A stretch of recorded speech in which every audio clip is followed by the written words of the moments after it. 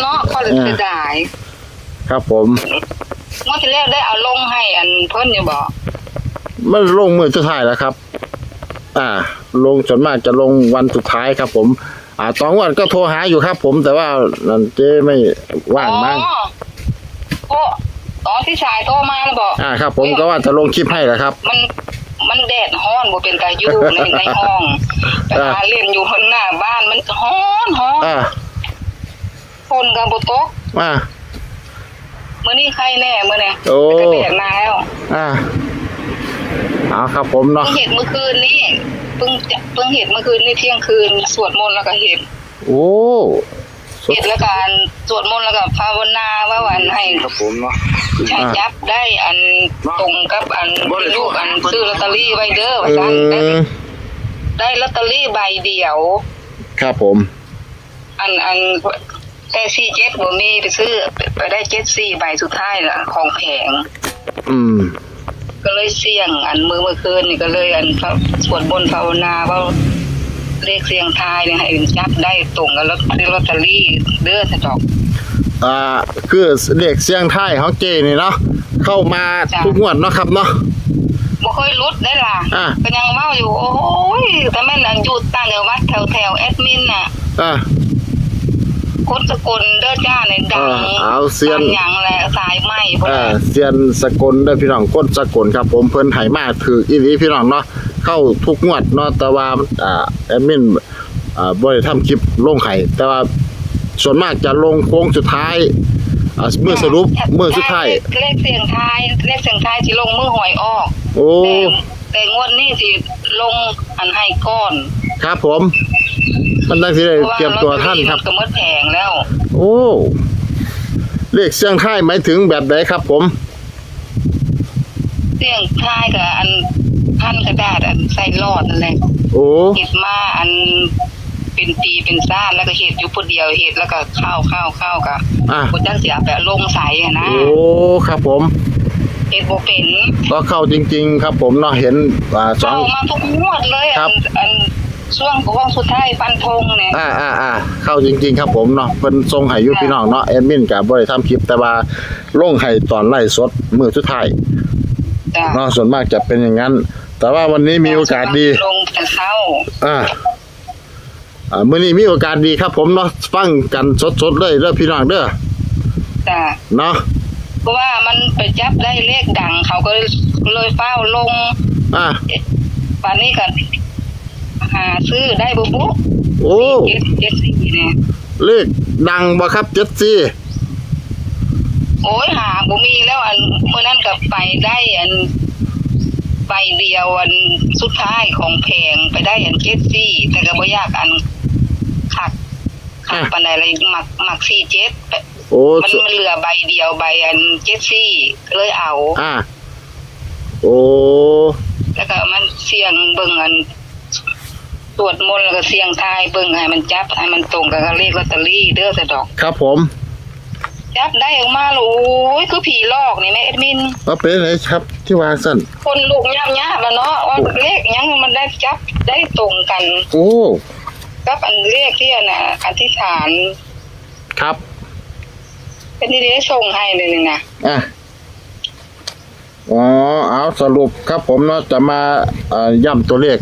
ของเสี้ยนคนสกลครับผมเนาะเลขสูตรนั่นกะอันอิดก็ได้ตัวเก้าของงวดที่แล้วเด้ออันแจ้งอัน FC ซึ่งเด้อเดี๋ยวเพิ่นหาสิว่าเอาของเก่ามาลงครับผมติดสูตร1สูตร2ก็ได้อันตัวเก้าของงวดที่แล้วครับมีตัวใดนะครับเลขสูตรครับจ้ะ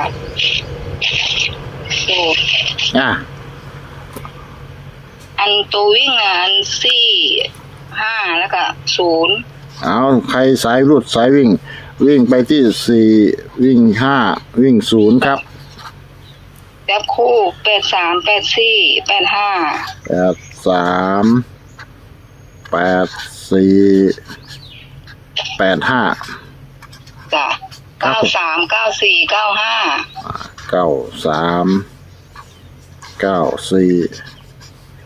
จ้ะ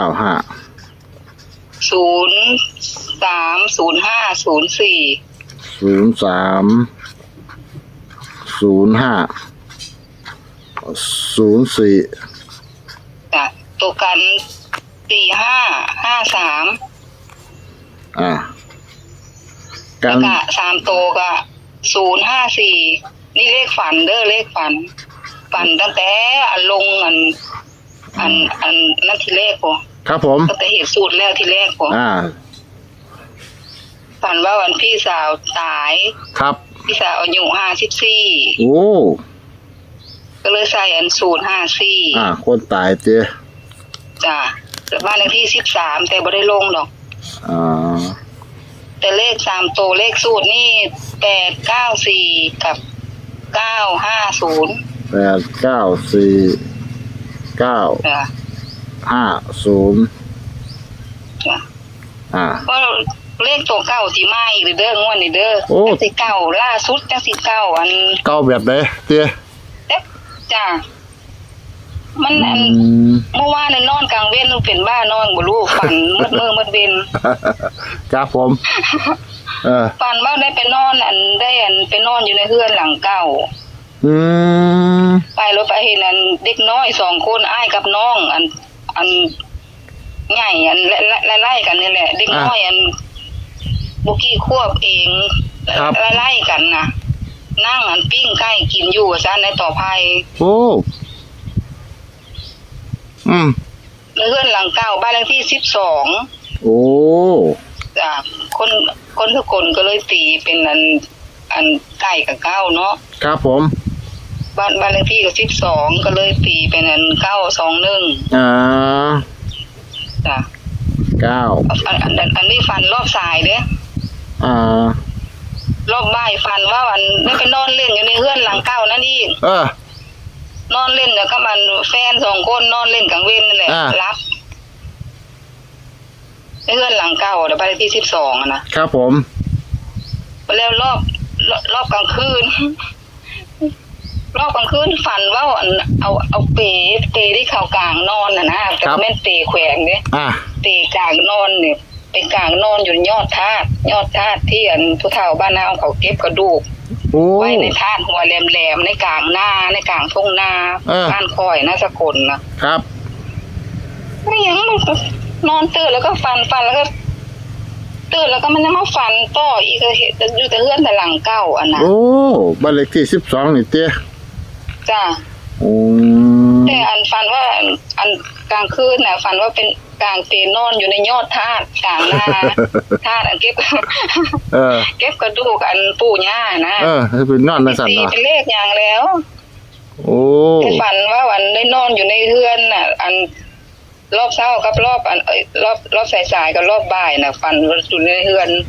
บ้านเลขที่12เรือนหลังเก่าครับผมแต่ซุมื้อนี้เป็นเรือนหลังใหม่แล้วแหละแต่ก็ฝันเห็นแต่หลังเก่านะจ้ะเอาแล้วก็มีตัวเน้นบ่ครับเลขสูตรเลขอันนี่มีตัวเน้นไหมครับมันก็บ่มีแต่ที่กากระบ้างแดงๆในงวดนี้ตัดออกแต่ก็แล้วแต่ FC เด้อว่าเพิ่นสิซื้อเพิ่นสิเอาหรือบ่เอาก็แล้วแต่เพิ่นแต่ค่อยตัดออกกากระบ้างสีแดงๆนี่83930385มาก็แล้วแต่ให้ FC มันซื้อมันลดหรือว่าใครมักชุดเต็มเอาชุดเต็มเนาะครับน้องนะบ่ต้องก็ได้ก็มันเป็นตะคือแต่ว่าเลขเสียงไทยที่เจ๊ว่าดังๆนี่คือตัวไหนก็เลขตัวมากกันที่จับได้ตรงกับลอตเตอรี่กัน4774เด้อแต่ว่าบ่ได้กลับให้เด้อให้ FC เพิ่นกลับเอาเด้อก็คือ74บ่ครับ3ตัวก็847 2ตัวก็47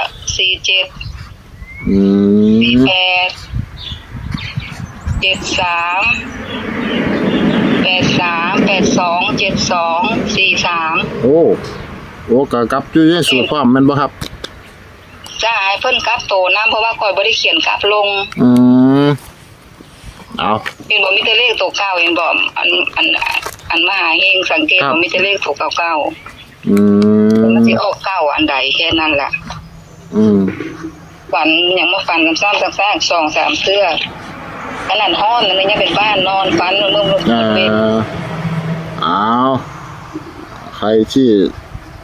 ทั้งงวดนี้นะอันบุควรสิพลาดเด้องวดนี้เด้อ โอ้ ได้มินพลาดงวดนี้แหละ อ่ะไม่ควรพลาดงวดนี้ ไม่ควรพลาดเสียดายไปสั่นงวดที่แล้วเนาะ อ่ะ งวดที่แล้วเข้าทั้ง3สูตรเลย โอ้ สูตร1สูตร2ก็เลขเสี่ยง อืม โอ้ยจะมาเสียดายไปสั่นว่า มาเองทุกเบาอันห่วย อืม ลงไปฝั่ง FC ซะดอก ครับผมเนาะ ห่ เอา วยห่วยก็เข้า นี่ ห่วยบ่ได้เคยรุดเด้อตั้งแต่ต้นปีมาในห่วยสูตร อืม ห่วยเสี่ยงทาย ครับผม อืมเอา อันผู้รุดผู้เข้าคือตามดีแท้แต่แม่น่ะ เออ อันแต่แม่น่ะคนสกลอยู่แถวๆอันบ้านแอดมินแล้วก็โอ้ย เออ มันเป็น เออ ดัง เออ ดังพุ่นแหละหลับสายไหมพุ่นล่ะยังอยู่กรุงเทพบ่มีใครโทรมาสัมภาษณ์ เอาเดี๋ยวจะตามให้แล้วครับผม เนาะ